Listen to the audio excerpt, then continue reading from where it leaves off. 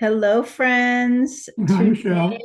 Hello, Ron. I'm so excited to have you on here. We are with Ron, who's going to talk to us a little bit about money coaching, and Darcy's going to read his bio. Darcy?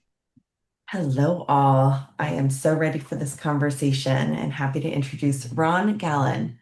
Ron works with clients to understand and shift their relationship with money, particularly when financial behavior threatens recovery. His unique talent is to distill complex emotional patterns and family dynamics into practical financial solutions. Ron is the author of The Money Trap and his work has been reported on from around the world, including New York Magazine and the London Times. Ron sits at the intersection of finances and therapy. People come to him with a sigh of relief after years of dealing with financial failure or challenge with money, coming to him to find what they need to be surrounded by support with any issues around finances or what they bring up. And so with that, I will pass it back to you, Michelle, for this conversation.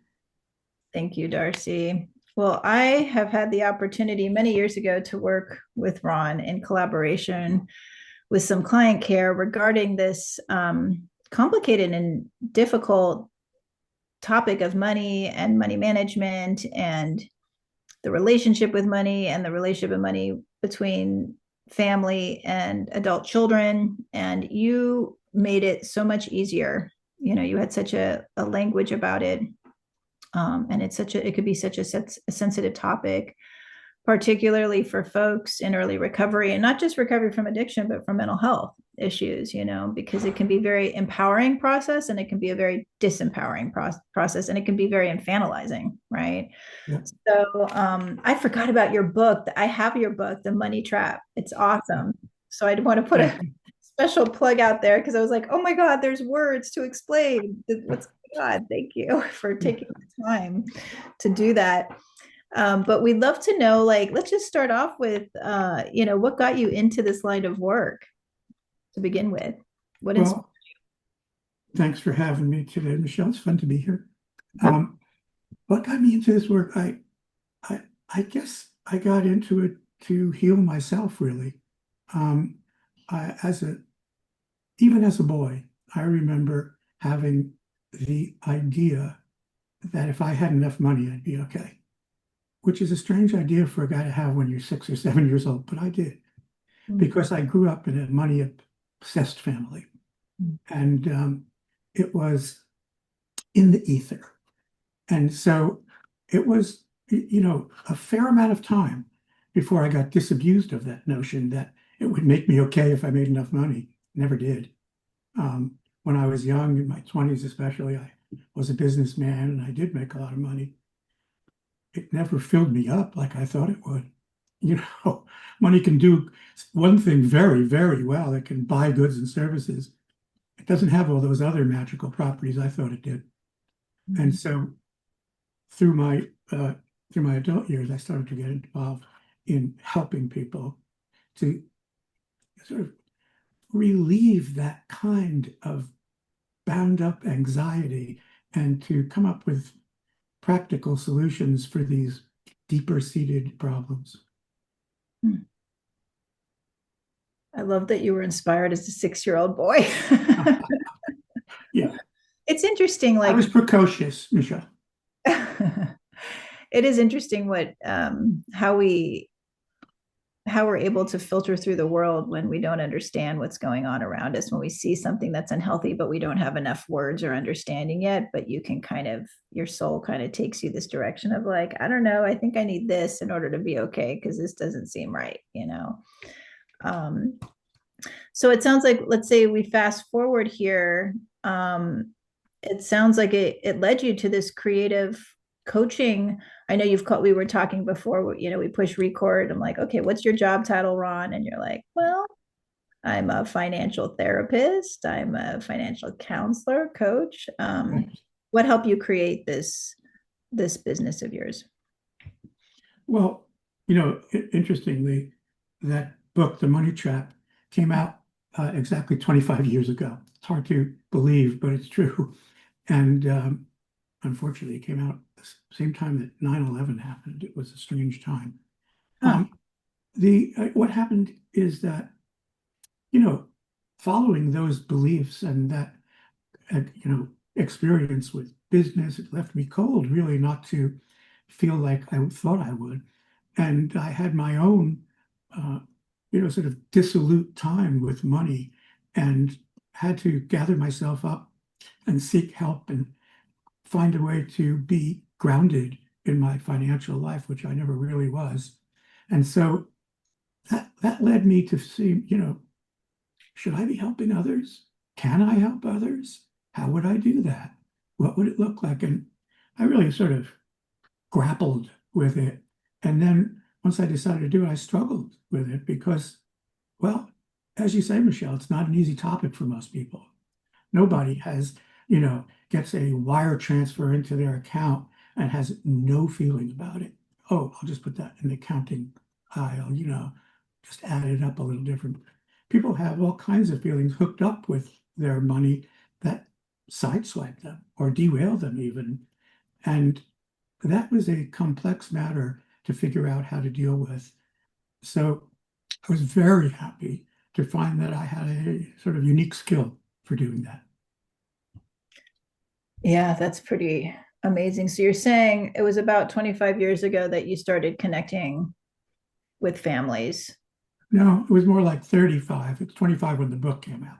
Okay, that's what I thought because I'm like, I think I'm pretty sure I connected with you. Not that I really want to reference time right now. No, it just seemed like 35 years, Michelle. Just felt like it. Yeah. Can you share with the audience kind of what a session looks like for you? It's because I know you'll work with the parents and with the adult child in these circumstances. So, can you maybe just describe what it would be like? Because I know a lot of times people will ask me, like, well, what am I supposed to expect here? Are they like my financial advisor? That kind of thing. Yeah. Well, I guess, the main thing that someone could expect coming to a session with me is that, we'll work to find what's going on that's self-defeating and work together to solve that problem while coming up with practical solutions. But who are they? Well, I help a broad range of people, from individuals and couples to complex family situations, dynamics where there's a sort of domineering or overpowering matriarch or patriarch, and a child or even a grandchild struggles against that system. And I do have this other sort of mini specialty in working with people in recovery.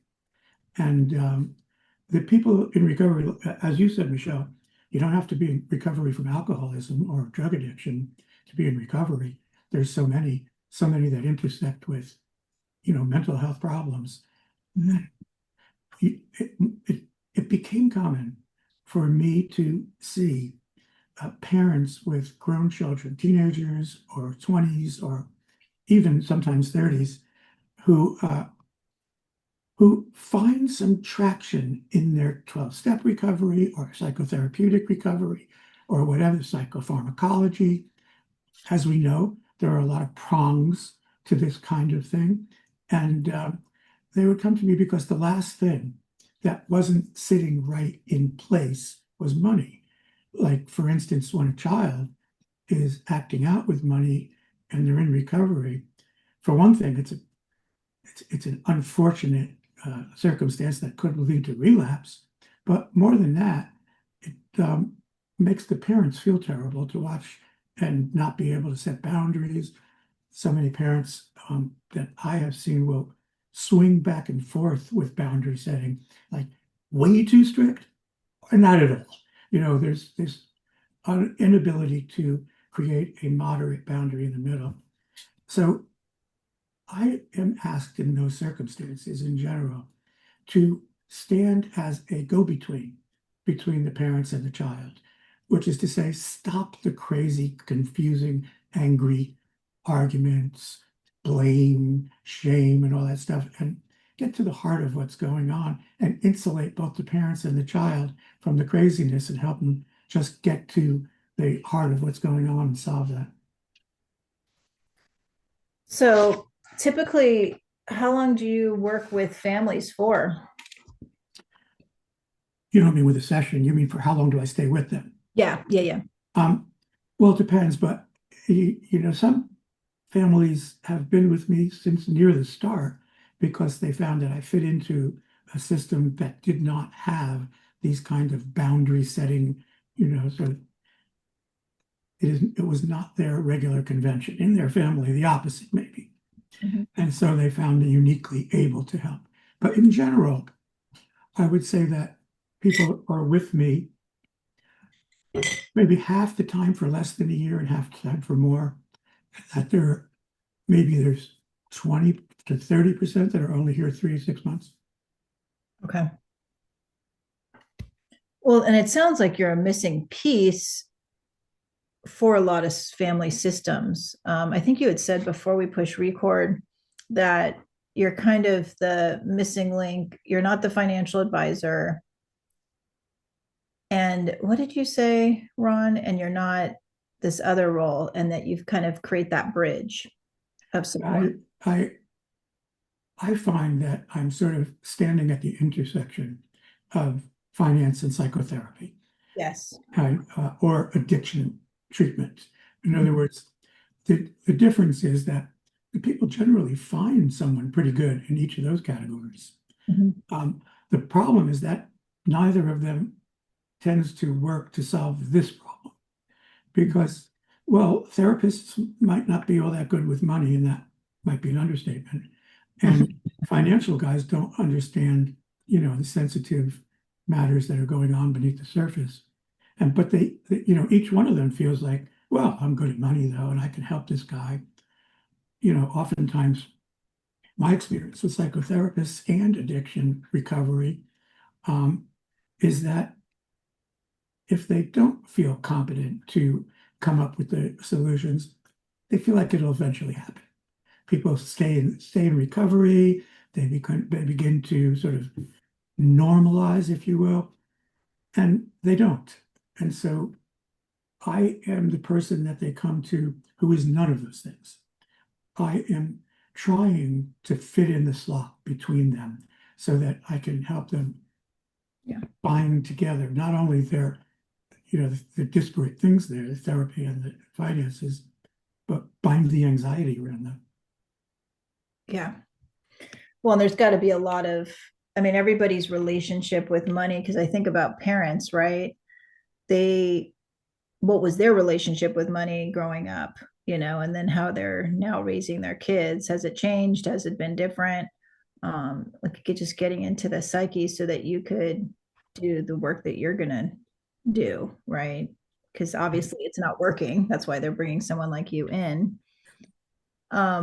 Is there a certain type of systems that you're looking to work with more? Like what kind of can you give a couple examples for people out there going, I wonder if this is the right service for me? Well, as I say, I work with a fairly broad swath of clients, individuals, couples, families, but often the people who come to me are in a complex situation or an intractable one, very upsetting. And they're coming to me because they're sort of at wit's end in general. As you say, I'm not a financial advisor. I'm not a trust advisor. I don't do estates or stocks or any of those things, nor do I sit as a psychotherapist. My clients, therefore, are ones who find themselves in those jams rather than a particular person. However, as you said, I work with a lot of families that have, um, you know,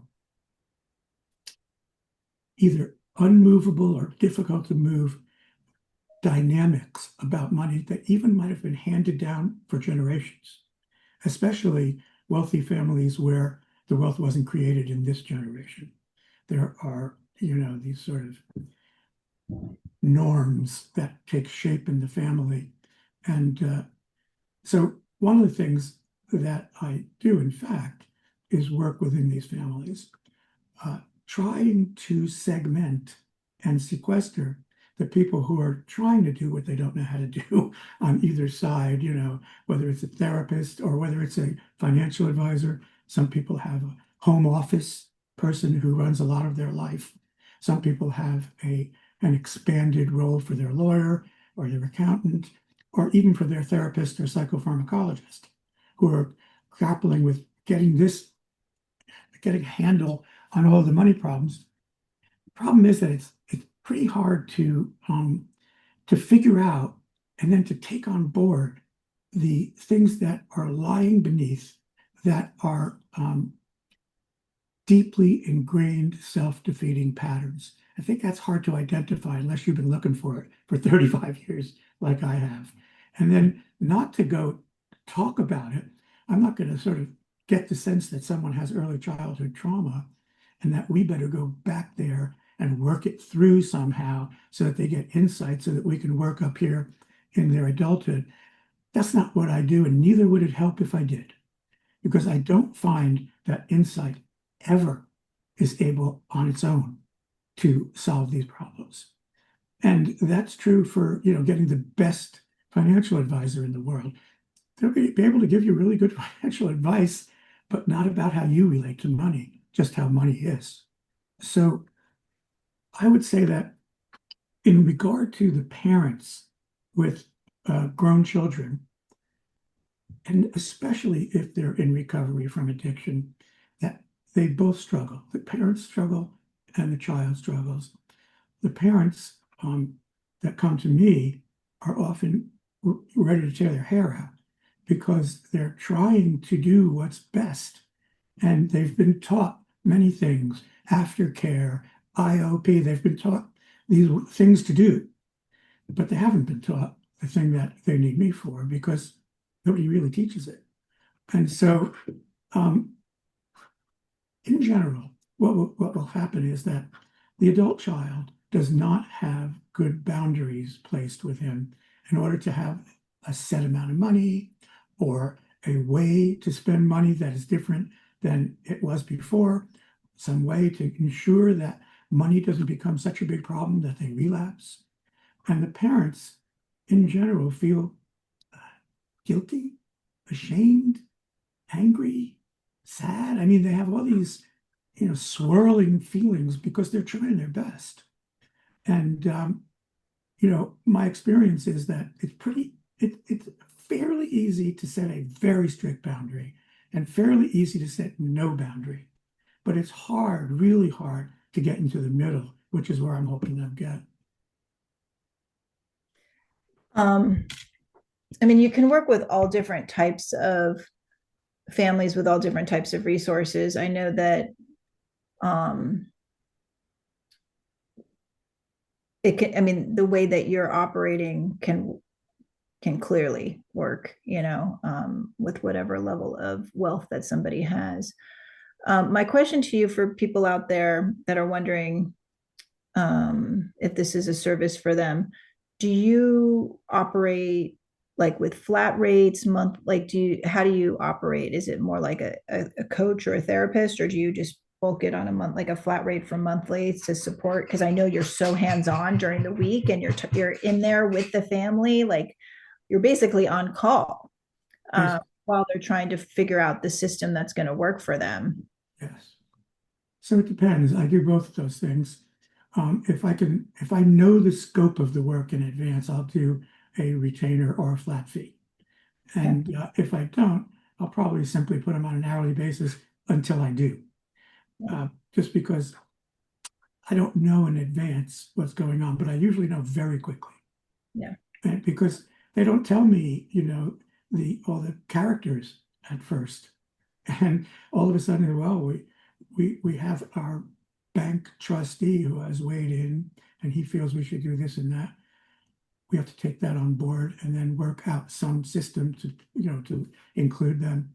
I mean, I have had, in fact, bank trustees get in the way of having someone get on solid ground. I've had that with financial advisors, lawyers. And so it's important for me to figure out, who are these characters, who is this family system, and how do I pick out the weaknesses and shore them up with these kinds of practical ways to deal with money. It's a balance. So in general, I charge an hourly fee, and then if I know the scope of the work, I'll either give a flat fee or stay on retainer. Okay, that's helpful. Darcy, do you have any questions up to this point? I do. Ron, I'm so grateful that you're willing to get in the trenches because it can feel that way when there's so many heightened emotions in family systems, just by nature.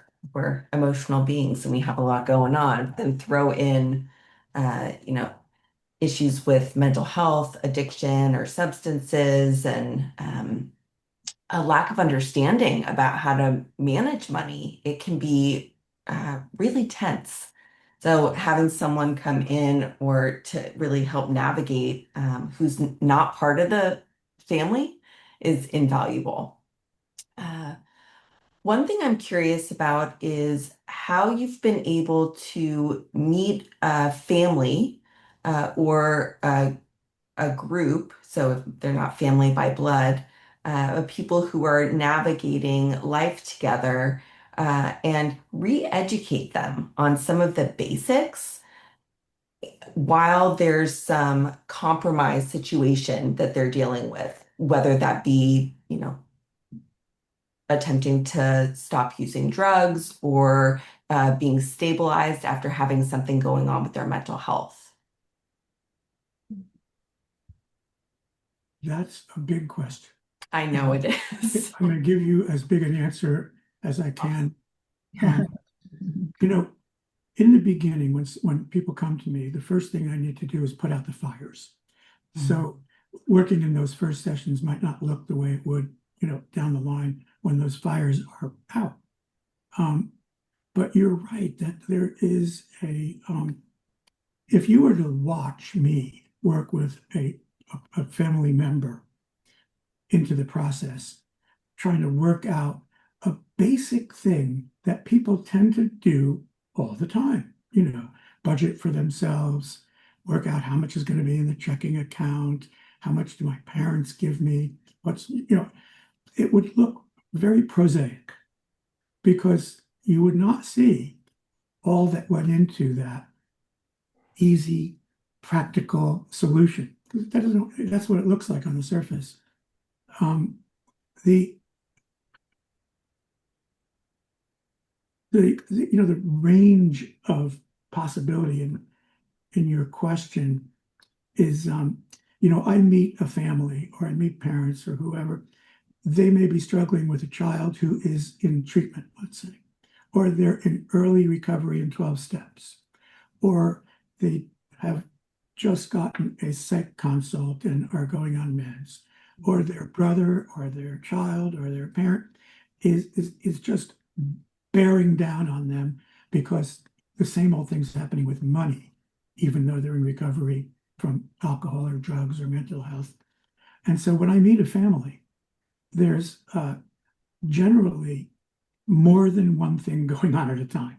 There may be, in fact, someone in recovery, but the brother's not, or the parents are on board with setting up reasonable boundaries and they have either an uncle or an aunt or a grandparent or somebody who controls the money, and therefore you have to, sort of get an okay. And so the intersecting, lines in the family system get complex pretty quick. And so I'm there trying to tease them apart. I like to get a map of the family system in my mind so that I can keep the balls in the place that they're supposed to be rather than falling out of the sky. And gosh, that's got to keep your brain so active to be parts of the multiple conversations like that. I like that.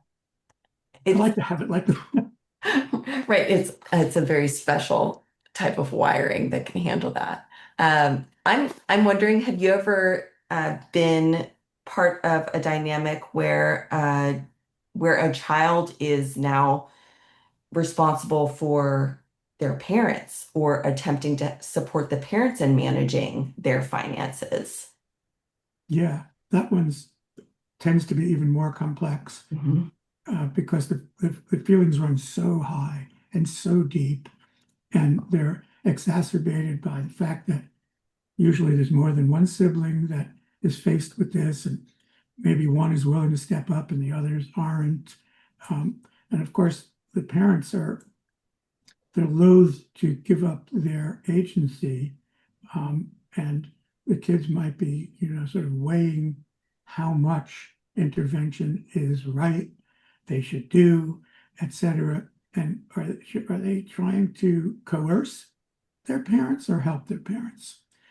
It feels different one minute to the next. And I have been involved even in my own life, for instance, with my parents and my in-laws at the end of life about, well, how is the legacy being passed on? And even more so, how are they going to be taken care of in their declining years? Especially, for instance, with my mother-in-law, who had a lot of intersecting physical problems.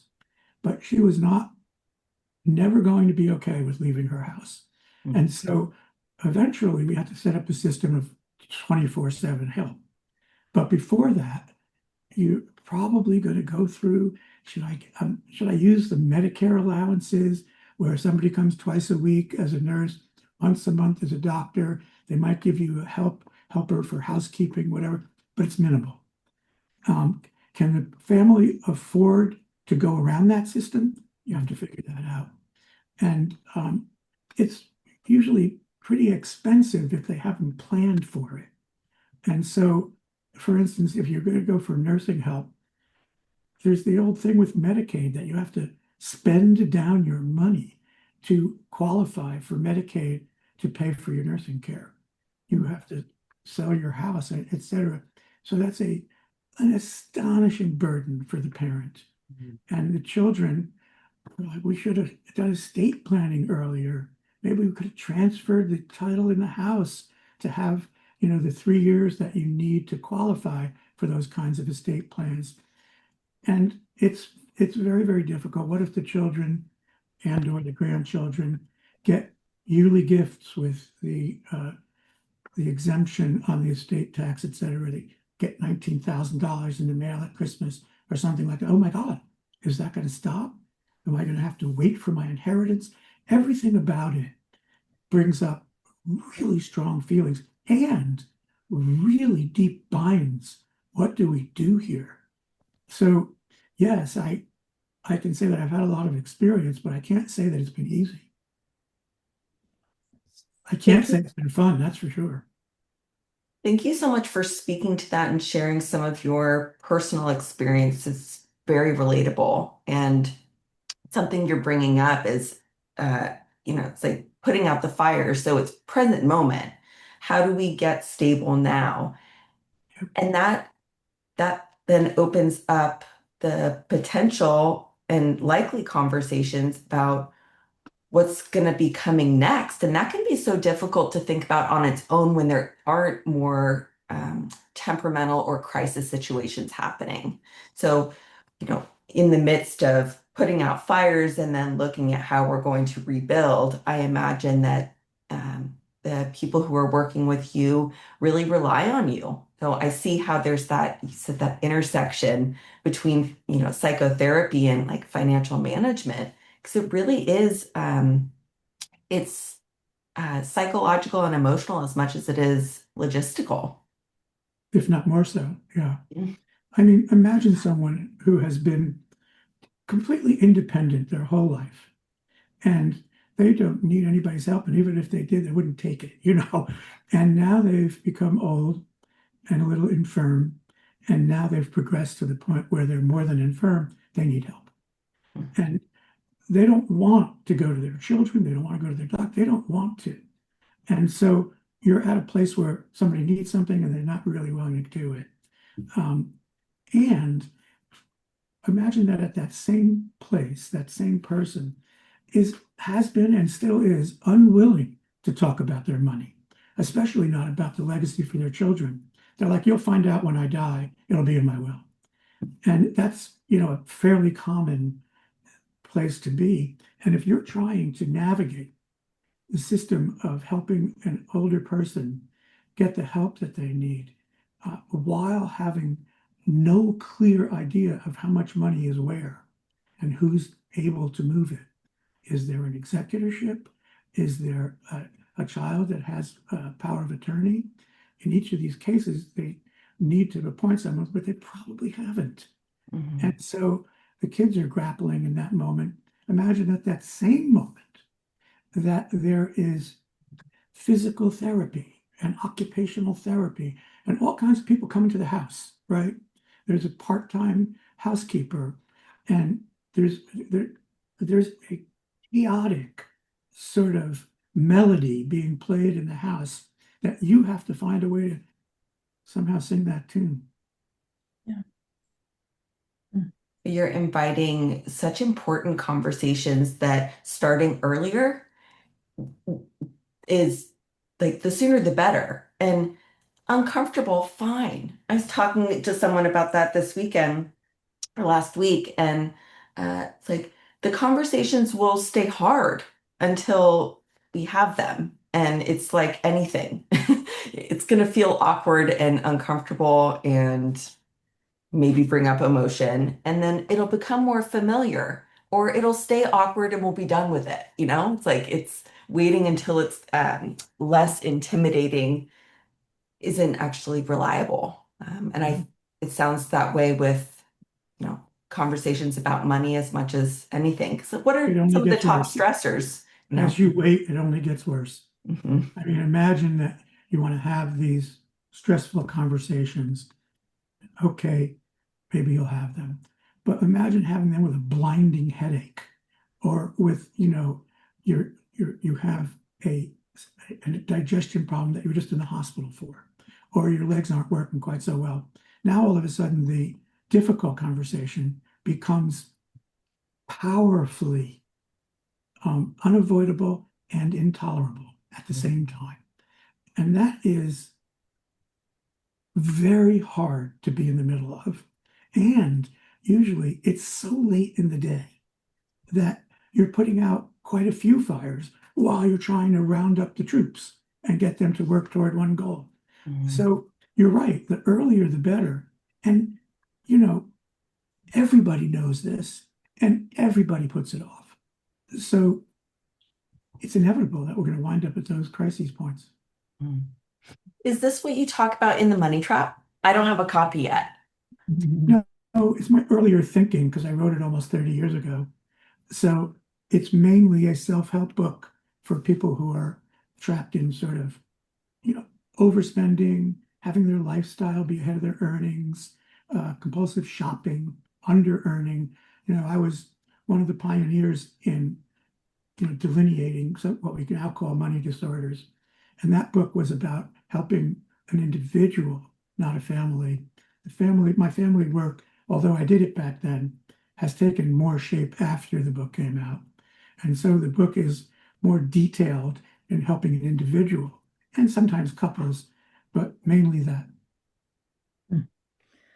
Well, you are just a plethora of information and support for people out there on this difficult topic. And I'm grateful that you're out there doing your work, Ron. We definitely will be collaborating with you and appreciate you coming on today. Do you have any final words that you would want to share out there to the audience? Sure. Well, again, thanks for having me, Michelle, Darcy. Very nice to meet you, Darcy. What I could say is try to get past, for 2 seconds, try to get past the innate and unavoidable fear of taking action and take that action, especially when it has to do with, these sort of ingrained problems with money in the family. If they're existing, it's probably really it's something that everybody is resisting because it is, you feel in your bones that it's going to be hard to deal with, but it's nowhere near as hard to deal with as not doing it. And so my advice is dive in. Dive in. Yes. I love it. Take action. I think that's where people freeze up and then they get really stuck in the spiral. So I appreciate that wisdom. Thank you. Well, we will have all your info below so that people can reach out to you. And thank you. Thank you, Michelle. Great to see you.